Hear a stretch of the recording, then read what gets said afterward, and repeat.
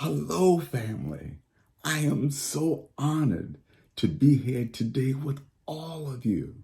Although I'm not in beautiful Angola in person, I'm there in spirit. Almost 1 year ago, I had the privilege and honor to visit Luanda for the very first time. I had the time of my life. I felt as though I was going home for the very first time. Actually, I was. I was blessed to have experiences that has changed and shaped my life forever. Viva Angola! I am joining all of you today to speak about a very serious subject. A subject that is often dismissed. A subject that is seldomly talked about. A subject that is intentionally swept under the rug. A subject that is considered taboo, strange, or bad. Suicide prevention. The month of September is called Suicide Prevention Month. It's the time to raise awareness and discuss this highly stigmatized subject. Even though we focus or even examine suicide prevention in the month of September, this extremely important subject needs and must be discussed on a daily basis. However, I must say, if there is one thing that brings me a sense of joy, if you will, discussing such a heartfelt topic like suicide prevention, is this. Finally, after all of these years, decade after decade, the world is finally taking notice. The world is finally recognizing the importance of raising awareness to address this unsettling subject, suicide prevention. Now, that alone needs to be applauded.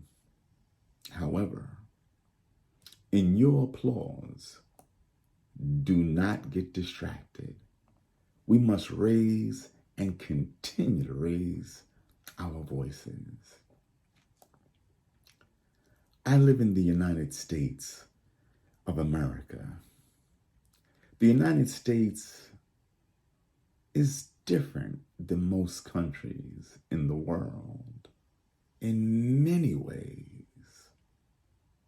Some good, and yes, some bad. However, America has something in common with the entire world, and that's suicide. People ending their life for different reasons, and in many cases, reasons unknown. What would cause a human being to kill him or herself? All lives matter, regardless of ethnicity. I'm simply addressing my experiences within my culture in my country. Make no mistake, suicide has no preference. All cultures and all ethnicities are welcomed. Now, with that said, if I may, from my lens,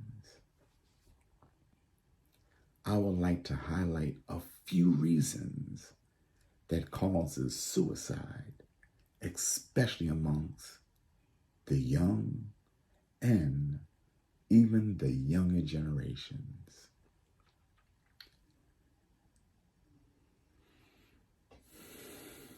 Number one, social media. Let's face it, we're living in a social media world. Everybody, well, almost everybody, is connected to social media. Certainly the younger generations. This is their opportunity where they get to show the entire world who they are or who they are not, but pretend to be. Now, for many, the motto is simple. It goes like this: I'd rather be a fake somebody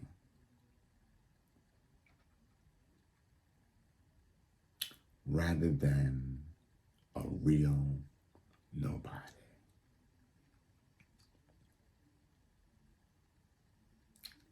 I heard that in a movie. Just take a few seconds and digest what I just said. I'd rather be a fake somebody rather than a real nobody. You see, social media gives our young ones a platform that creates pressure, and it creates this false pressure to create a false image. Yes, a false image. The false image that you're living in a perfect world and living a perfect life.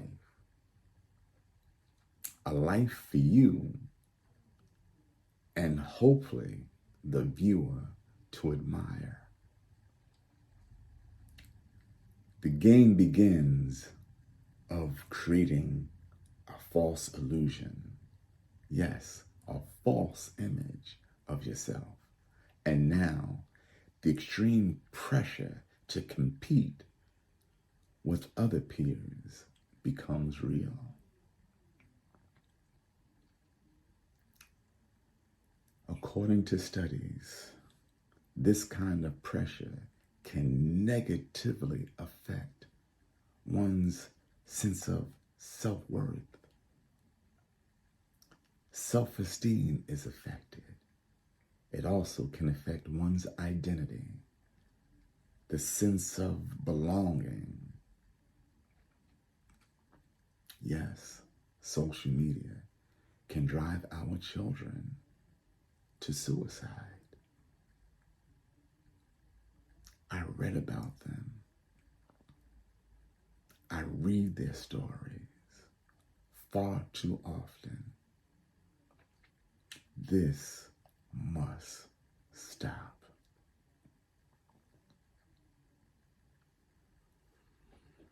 There's another component attached to social media that's on the rise: cyberbullying. This has become increasingly common among preteens and teens, all because of social media. A dear friend of mine lost her daughter because of cyberbullying. She was only 12 years young. I have met several people, young and old, who have thought or are thinking about committing suicide. They choose to keep it to themselves or simply repress it. They feel that by telling somebody, they will be looked upon or judged as weak, crazy, mentally unstable, or simply not liked.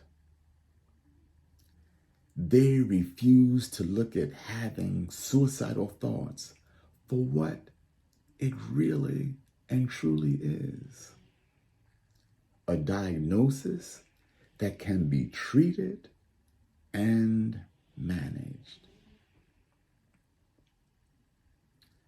This is something that we all must reinforce to those in need and to the world.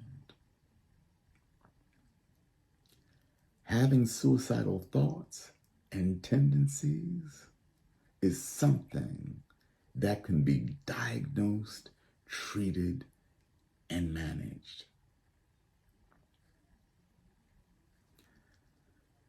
There's another reason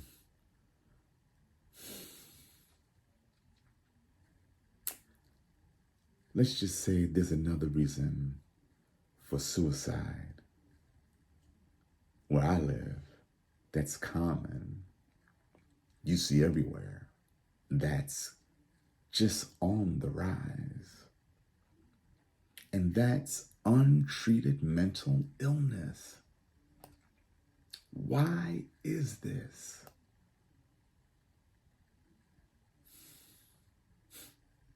There's several reasons for this. Starting with poverty. Low income and low poverty go hand in hand. The reality is, poor communities leads to poor housing. Poor housing leads to poor education. Poor education oftentimes leads to poor nutritional habits and substandard medical treatment. Then there's the huge problem of not being able to afford health insurance. This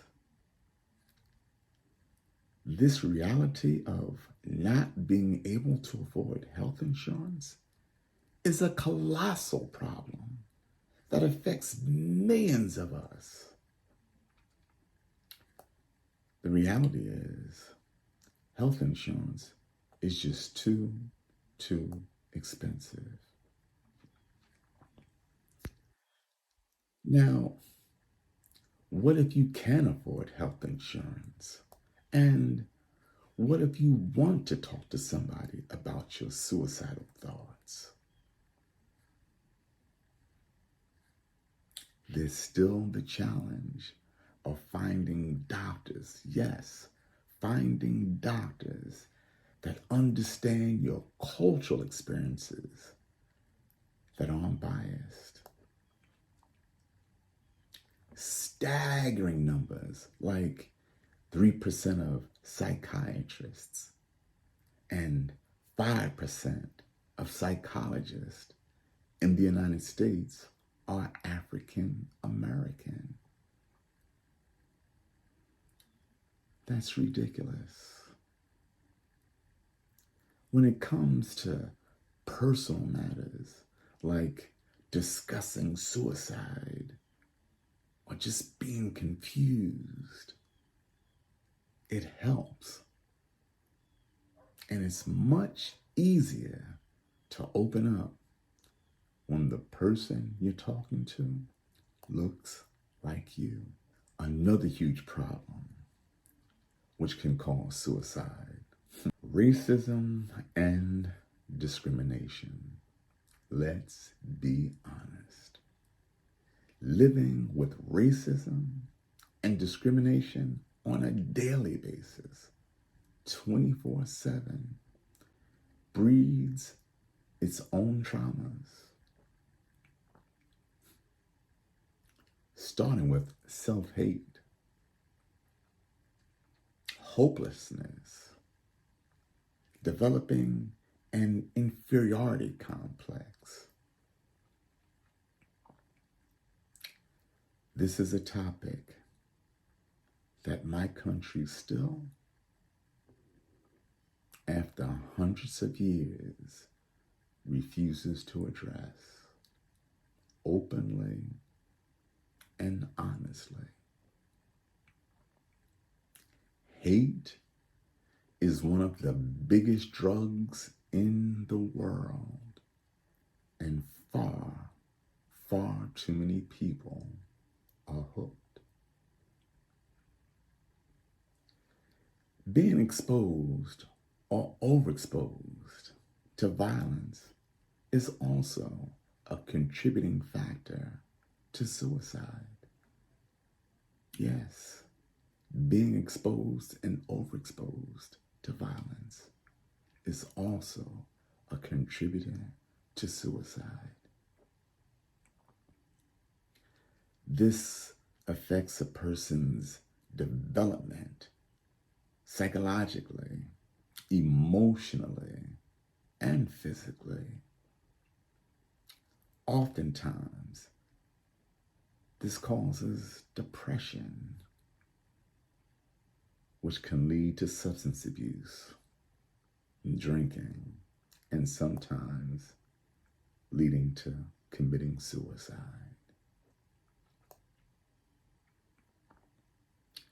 Speaking of depression and suicide, let me share a story with you. It'll be short.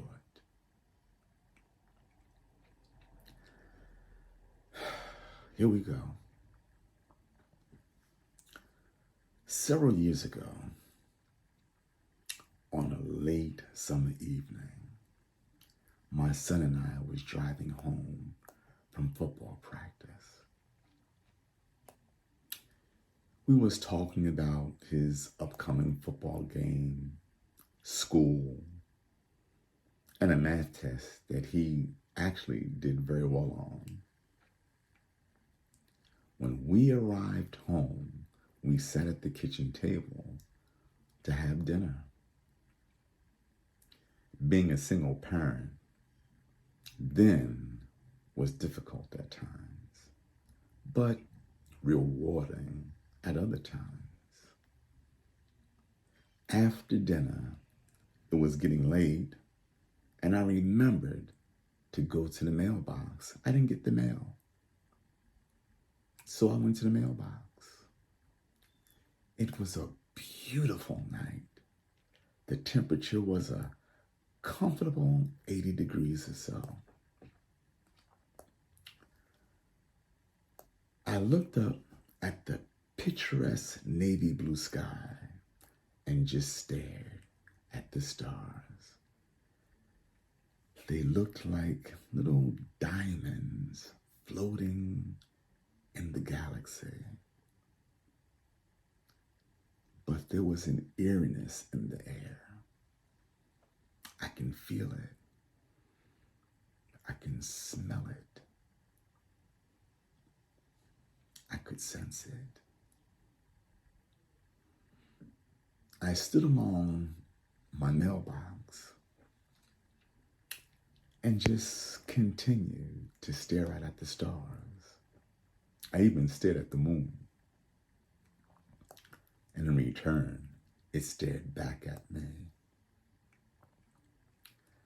As I continued to stare, something strange began to happen.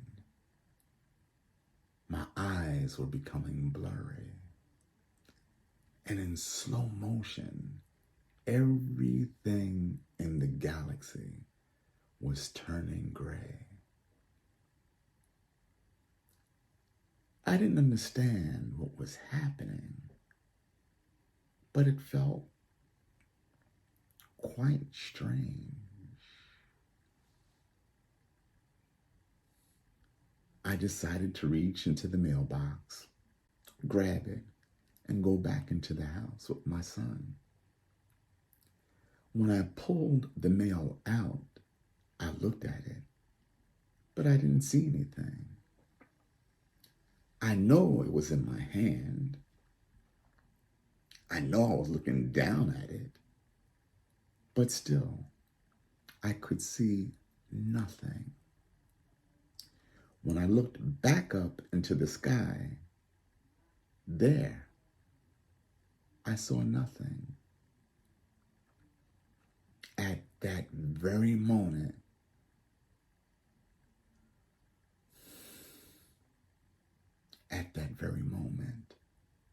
I went blind. I lost my eyesight.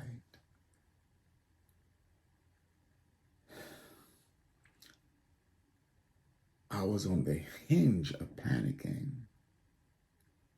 but I heard a voice inside me whisper, "Don't panic. Stay calm. Don't panic." I was scared. I was frightened. I digress. I won't bore you with my story about going blind, but I can tell you this. I was diagnosed with a rare brain tumor. I was told that I will only have 1 year to live. I was told that if I lived past 1 year, I will have a speech impediment for the remainder of my life. Hearing this news from my doctor depressed me. I couldn't imagine living the rest of my life being blind. Honestly, I didn't want to live anymore. I simply didn't want to live without my eyesight. It led me to having suicidal thoughts. I thought about killing myself every day. Every day, I thought about killing myself for hours at a time. I became so depressed that I planned my own funeral. I became so depressed that I planned my own funeral. I went to the local funeral parlor in my community, spoke to the person who greeted me at the door, and made my funeral arrangements. I was done. I reached a level of depression that just became unbearable. By the grace of God, I survived. The truth is, I didn't save my life. A friend did.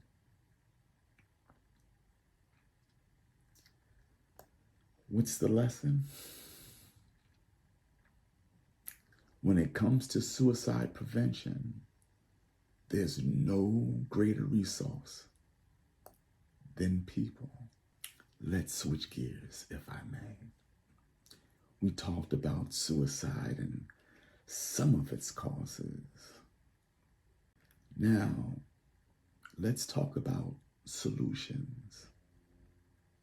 Yes, let's talk about solutions. As I see it, as I understand it, as I internalize it, there is no one-size-fits-all solution. However, my number one solution is connecting with someone that you trust, like family or friends, a distant or close relative. Yes, it was a friend that saved my life. Another solution that I believe is necessary is all of us must continue to develop effective coping and problem-solving skills, giving those at risk reason for wanting to live. Identify if you are experiencing suicidal thoughts. Keep a record or phone numbers of suicide prevention centers and support groups. Yes, support groups are necessary. Make sure they are easy to access. And for supporters, never stop telling your friends and family how much you love them. Tell them how much you believe in them. Those simple words, I love you, I believe in you, are known and are proven to save millions and millions of lives. All of us must learn and hear the warning signs relating to those that we know are experiencing suicidal thoughts and tendencies. Never, never stop talking about suicide prevention. And never, never, never give up finding solutions, and let your voices be heard globally, and be resilient in the process. We must stay committed to social change, knowing its effects on suicide prevention. We, as a human race, cannot continue to be morally void when we know better. We do better. Knowledge is the birthright of every human being. The average person that suffers with mental health takes a few years to seek help. Some say 5 years, some say 11 years, regardless of the years. The message is clear. We are suffering in silence way too long. It's time to drown our fears in the river of courage.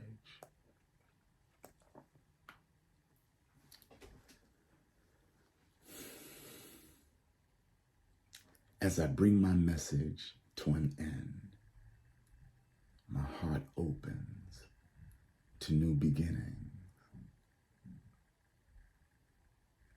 Being here today with all of you has impacted me beyond the moon. I pray that my work has resonated and impacted you as well. We are not in this alone. We are together. We are together. To all of the health professionals that are present today, associated with OSI, I want to extend a warm thank you. Your bravery and commitment to your patience, to your community, and this cause is cherished and commended. To those beautiful, strong, and deeply smart people who are experiencing mental health challenges, just know that you are loved. Know that your life means the world to so many people. You matter. I've been in your space, and I know that your life is worth living. When you're down and out, and you're in that space of confusion, hopelessness, depression, sadness, please contact somebody, a friend, a family member, the person next door. Make a phone call. I guarantee you, trust me, it'll be worth it.